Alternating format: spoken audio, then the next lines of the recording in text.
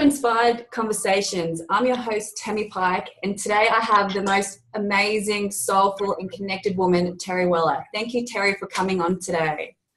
Thanks, Tammie. Good to be here. Wonderful. So a little bit about Terri. Terri Waller is a managing director of SevGen.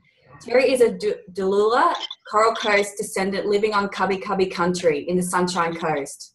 She is a visionary who believes there is a different way to be grown up. Mother of 6 talented and amazing young people and a new army, a grandmother, Terri relishes in being a part of their lives they are crafting for themselves. Terri has a passion to encourage people to be bold, be brave, believe and follow their passions. So Terri, I have really looked into what you do, and I have to say I haven't come across anything that is so connecting and nurturing for young people, especially of the Indigenous origin. And I was wondering if you could please tell me more about you and then about SevGen and how it come about. Okay, well, there's not a lot to tell about me, really. It seems to be that in the last 5 years that I've stepped on a full-time basis into SevGen, I've kind of disappeared.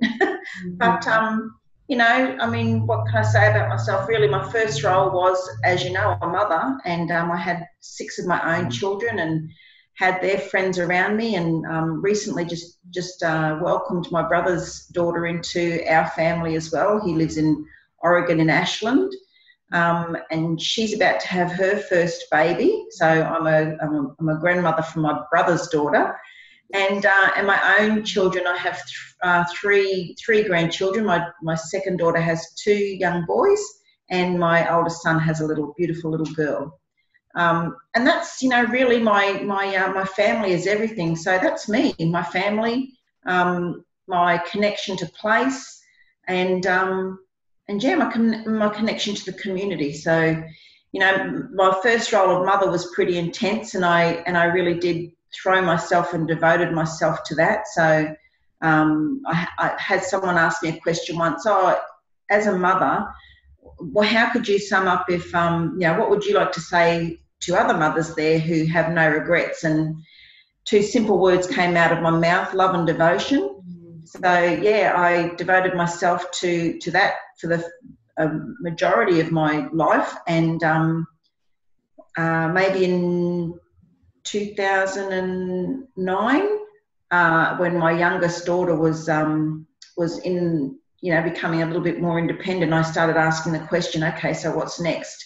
And that's really when I started to explore what the crone stage of my life was going to entail, and it just meant more children. So, I had my 7th biological baby, which is SevGen. Wonderful.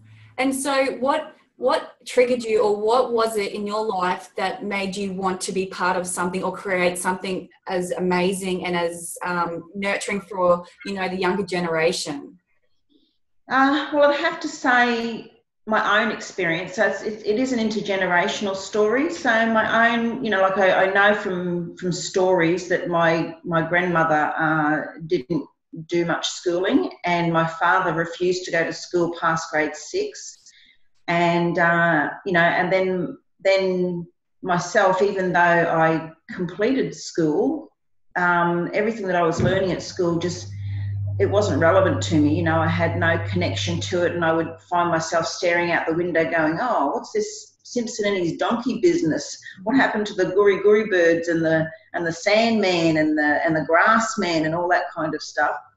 And then I often tell the story, and it's a really potent one, but I was, I've got 6 kids, as you know, but when my youngest boy was, he was only in grade 1, preschool, grade 1, something like that. And we would walk to school, and I would go and pick them up, and we were walking home from school hand in hand one afternoon, and I just said to him, so how was school today, Bub? And he said to me, oh, Mum, have you ever felt like you could unzip yourself and the real you would step out? That's what I feel like at school. And so all of it just kind of bubbled up again inside of me, and I just, I was going to be involved in their schooling anyway, but this really made me, absolute that I was going to be at the school with the kids as much as possible. And my experience at school just opened my eyes up to the majority of kids who the schooling system just doesn't serve very well. And so, you know, all while my kids were going to school, I would participate as a teacher aide at first and just imagine a different way that could have the classroom or the learning could go for the kids. And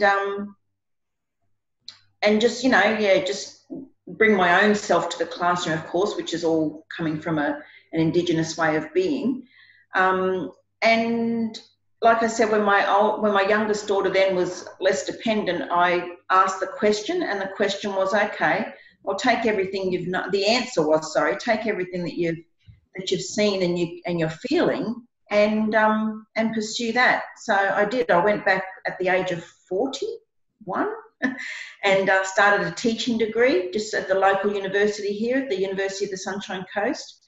And yeah, I finished my teaching degree and then got my first teaching position at an independent school, which was a wonderful opportunity.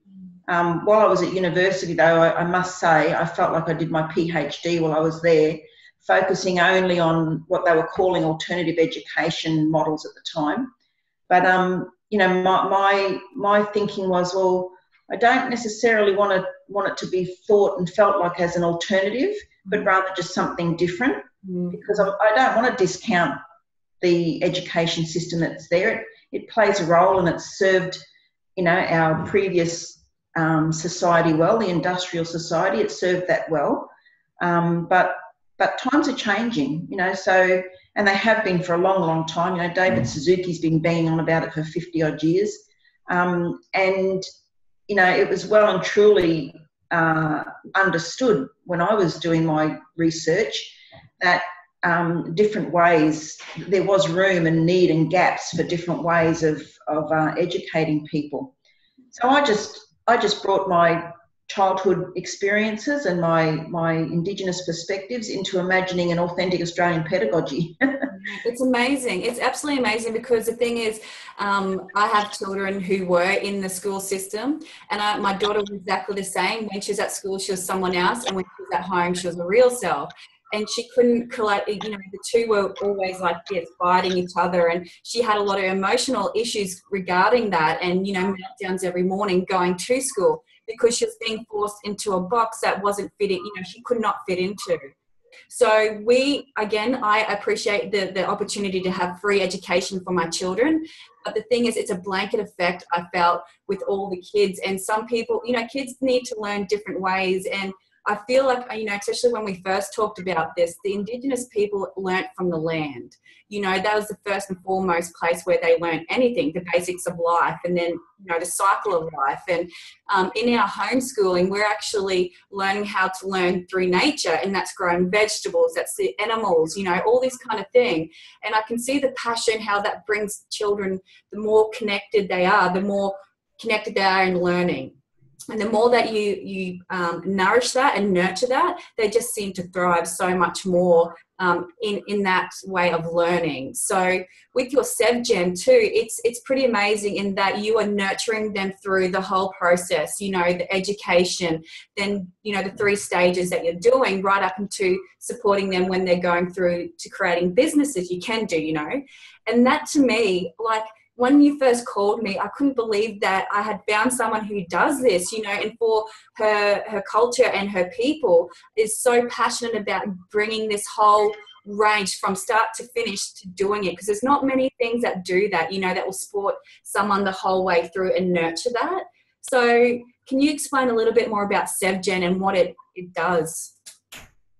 Yeah, well, I guess, you know, the model of what you've just described then, which is the 3E model, is a big beast. But it just kind of, it started really from a suspension need at school. And once again, you know, it always starts from the home, I suppose. And my fifth child, my third boy, was probably having the worst time of all of my children to get along in the school environment. and that instigated a little initiative called Lifter Drifter. But,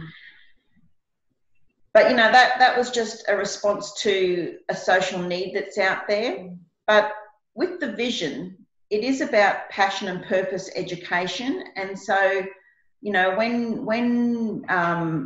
when our young ones are really tiny, up until the age of 4, we just let them, in fact, people have said to me, they're like free-range chooks.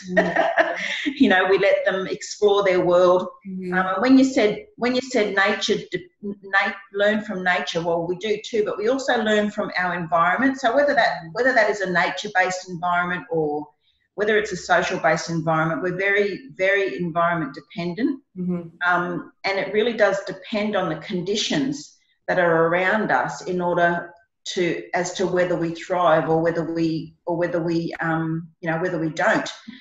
I like to take the word fail out of our vocab.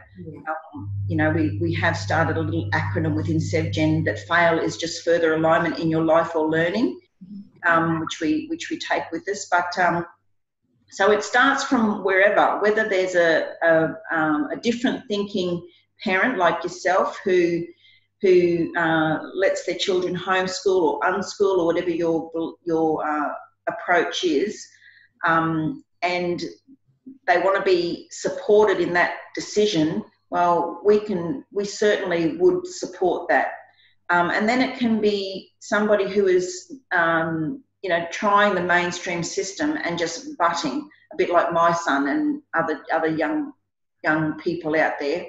And they may come into touch with us, come into contact with us in typically year 7, 8, 9, 10. But it's actually getting younger and younger. Our youngest suspended young person was a preschooler. Wow. Could you believe it? Wow. And so it's just validating them that what they're feeling and what they're sensing is real. They're okay, you know, and they are not the problem necessarily, but just in this point in time, the dominant system out there is not up to what they need the most. And then it can go to the other end as well of people who have been dissatisfied, dismissed, disengaged in society and are up to 32, 35, 47, 53. I'm just thinking of all the people in my head that we've had to deal with, who have prescribed to that way of living and just can't do it anymore, you know. So they find their way back to us too somehow, and we just meet people at the stage that they're at. But we do stand for a different way to be grown up. Yeah, so we do stand for and talk on a daily basis about, you know, there is another way there. Just when I'm thinking about that, the approach, we have an acronym that we call PAPA, which stands for it's a PAPPA, and it's play autonomously in your passion with purpose always. And that's the methodology that guides our every kind of like our framework really. And when you do that and surrender to that law of attraction that really is in the, you know, in the whisper of all of our bloods, then you create conditions of enjoyable, effortless learning. It's just beautiful to watch.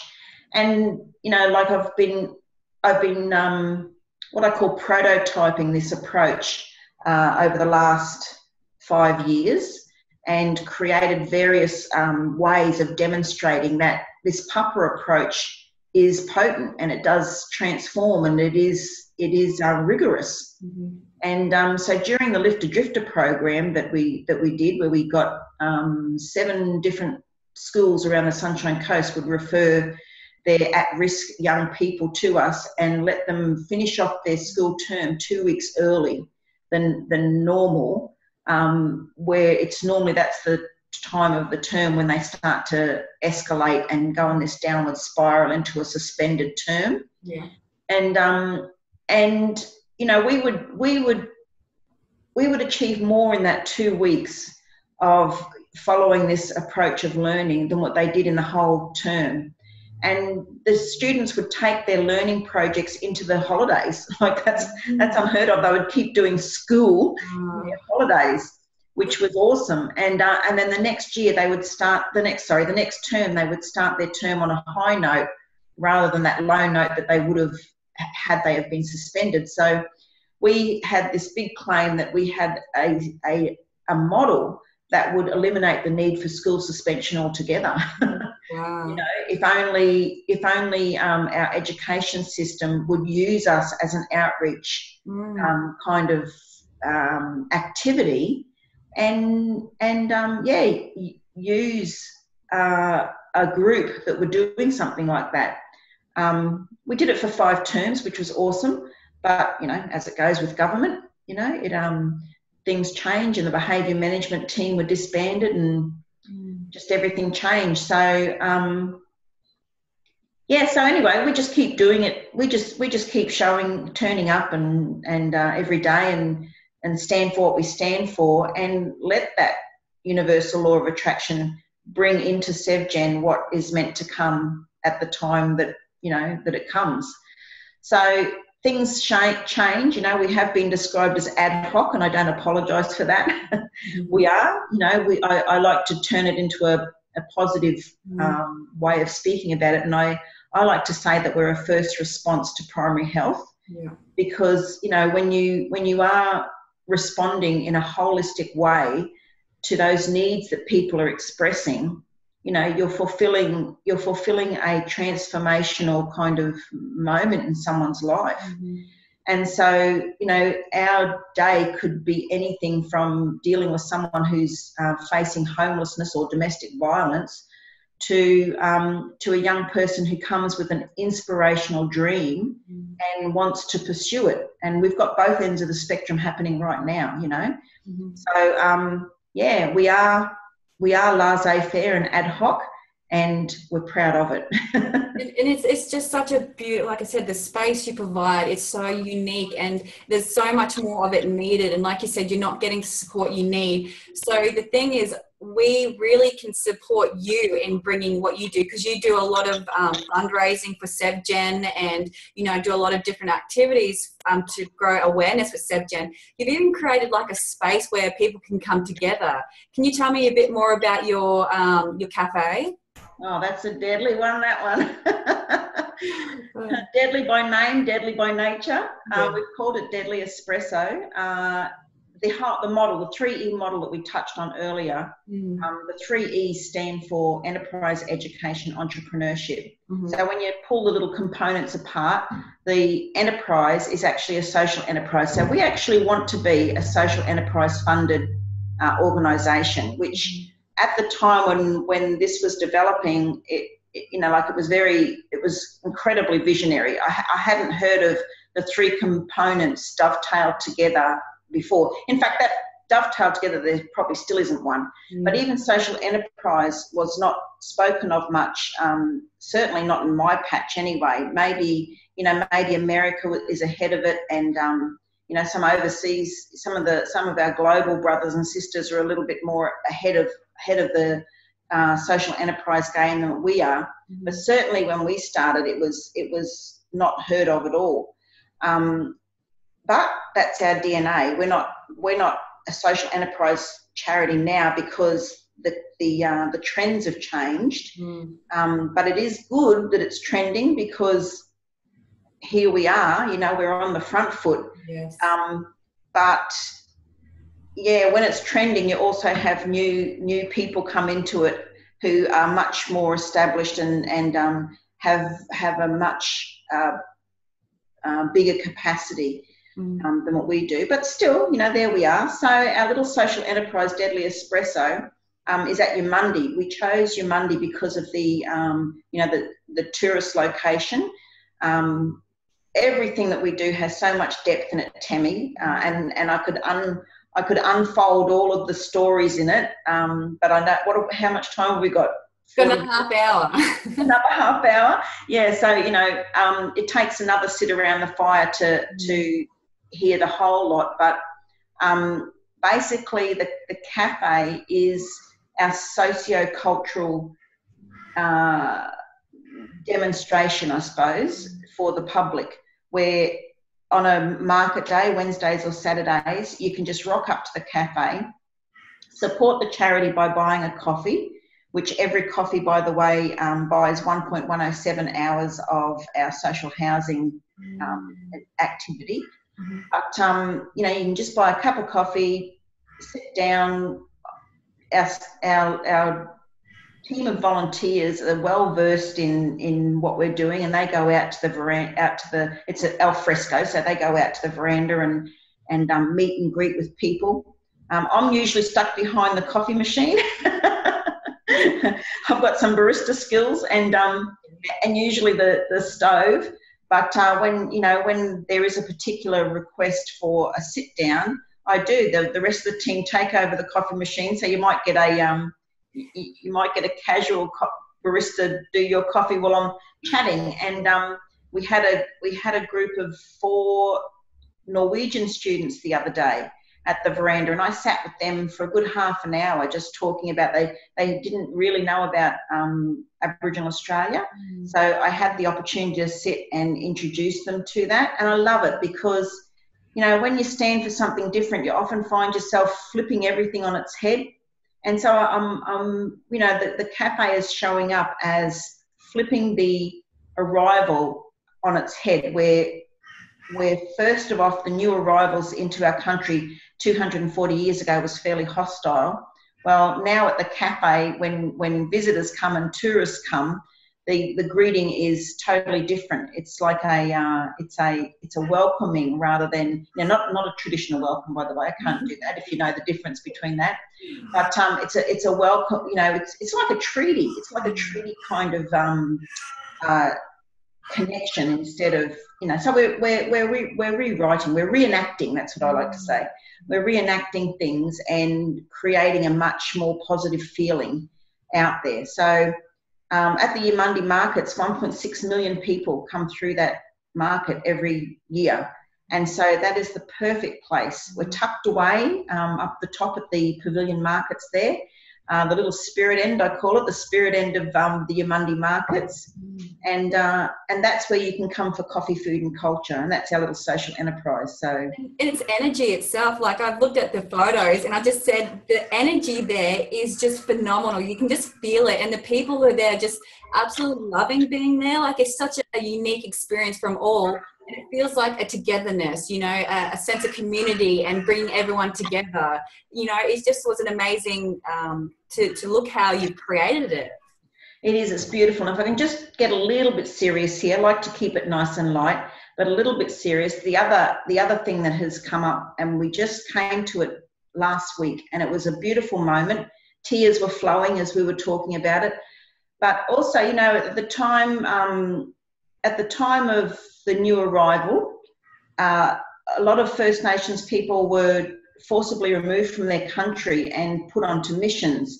And so everybody was forcibly under very unhappy circumstances, forced together in one little spot. Well, at Deadly Espresso, we're flipping that as well, because we're just open and mobs are coming in an invited sense, not forced there, but they're all just coming. And when we had that realisation, we looked around the veranda of the cafe, and there were 4 different little mobs of Aboriginal families on the veranda that day. And that is amazing. Like, we're only 1.4% of the population here on the Sunshine Coast. And, you know, as you know, 2.6% Australia-wide. So to see that was incredible. And again, we had the feeling of, oh, wow, we're flipping the mission story on its head. You know, it was so beautiful. And our staff, you know, instead of being 1.4% of the staffing data, I look in the kitchen and look at the cafe, and it's flipped now. We're the 98% that run the cafe. So it is a really I guess, what would you call it? A waterhole for the gathering? Yeah, it is. The shed that's happening, the water shed that's happening, and it is a little pool. It's our own little gorgeous pool of culture and activity. So Yeah, it's gorgeous. Come on up sometime. It's beautiful. I can't wait to do it. As soon as we come up to, because my sister's moving to the Sunshine Coast, and I have these amazing people, because it feels like Sunshine Coast is the hub of the change, with the game changers, the people who are ready to make, themselves be seen and be there for people to come and support themselves to make a unique lifestyle, connect, all this kind of stuff. So Sunshine Coast has just been amazing, and I really can't wait to get down there and connect with everyone who I've actually been able to talk to. Because even like your Monday, there's so many people who could even support that, because you need that support. In SevGen, what you do, it's the power of the people that fuels you, isn't it? It is. And, back in the day when we had our very first workshop around, growing the vision, we had a big overarching question: can we do this without government? And, the absolutely impassioned answer was yes. This can be a crowd-funded concept. Yeah. And that is our dream, that, locally, nationally, globally, we are a crowd-funded activity. That would just send a message of absolute, I don't know. Unity, isn't it? Here come the tears again. But that's it. That's the thing. You have such a vision, not to just with the Indigenous people, but it's merging of support and love and soul. On such a deeper level than skin color. It's that understanding of who we all are. It's giving that voice to the unheard. And for you, like what you're envisioning is, if we can just get everyone to understand that we have the power, the people have the power to create change, to create connection. And if we just allow ourselves to step up, even if you can only support by donating, but that's what can allow people who are ready to make this change to be on the forefront, be able to actually make that momentum. So whoever's watching this, if you really want to help this amazing cause, step up with your money as energy, step up with support, step up with sharing this message that Terri has to give, because you can help this change come about. And Terri, I have talked to her on a couple of occasions, and it's not just this level, it's so much deeper to what she has to share with, her culture and her people, as well as bridging the gap. So you're an amazing woman, Terri, and what you have going is just so inspiring. And I hope so many people can just get on board, because you've created a space for healing and connection and real, raw life. You know what I mean? And I think your vision is something beyond what anyone could actually, comprehend right now. But if they can just support you and your team to bring this to life in the fullness of what you can really do, would make the hugest change to bringing your people together as well, empowering them, but empowering everyone to do the same and support each other, isn't it? Oh, that's it, Tammie. Oh my goodness. That's it. It's you're talking to the converted. That, I couldn't have said it better. And the fact that you're saying that with us, that's incredible too. There's a community development theory, as the 013 theory, and it's okay for us to do what we're doing. But when others like yourself get it and then can speak about it with us, that starts to create the exponential growth. Yes. So, of course, money, we need money to pay the lease at the cafe. We need money to provide the support that we do for our most fragile and vulnerable. We need money just for operational costs of the organisation. But we also need, the hearts and the togetherness of people. Money will come. We just need we need the engagement more and more and more and more and more. And just when you said about creating a healing space, I had to jump in and say there that yes, we're creating a healing place. But I've been saying to a lot of people, hey, that's all right. Oh, just finishing off, won't be long.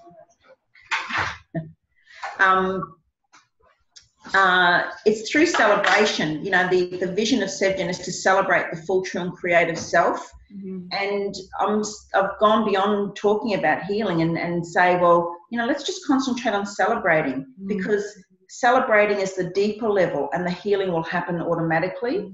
Mm-hmm. So, you know, focus deeper, come with us and celebrate, and we'll create amazing energies. Magic. Yeah, that's magic. Yes, thank you. It's so much magic. So where can people find you to connect, to share, to support what you do? Well, we do have all, you know, we have the World Wide Web. So we have a web page, www.sevgen.com.au. We have a Facebook page. Just search for SevGen or Deadly Espresso. It'll come up and you can link to all the different links that are in there and you'll find us somehow. Of course, if you're going past that wonderful highway and you see the Yamundi exit, mm-hmm. on a market day for now, you know, we're going to grow it to be more of a full-time presence there. But on a market day, and even if you don't like the market crowds, come around about 1:30, 2 o'clock because we're still there. Pop in and grab one of our beautiful coffees. We've got a special coffee partnership with the Melbourne Coffee Company. We've got a lot of, we've got so much in place, you know.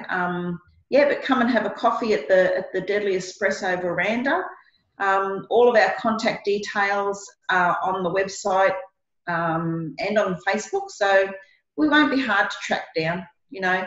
And really, you know, I'm hearing more and more and more that we actually do have a good reputation and our name and that is out there. So just start asking people, you'll find us. Definitely. And the biggest way you can support is by sharing. So if you're on Facebook or anything like that and you get onto SevGen's Facebook page, share their content, share their fundraisers, share everything you can, because that's the power that you have to do right now. That's what will engage and show people like Terri, who's running these organizations, that they have people behind them supporting them along the way. Because we know we can do it. You know, no matter what, but to know that we have a force of people behind us supporting you, it makes you even more passionate, knowing that you have those people there to keep pushing through, you know, the barriers that come up, the things that, you know, doesn't make things so smooth sailing. It helps you be able to go, you know, I've got this, I've got the support, I've got the people behind me, you know, and just keep on growing. So you have that choice, you have that ability and that power to do so. So Terri, thank you so much for an amazing Inspired Biz conversation. You have just been so amazing to talk to, and I wish you so much joy and love and happiness in everything that you do and so much success. Thanks, Tammie. It's been really wonderful, truly. Thank you. Awesome. All right. Well, thank you everyone for watching, and please get onto the Facebook website and we'll see you next time. Bye. Bye.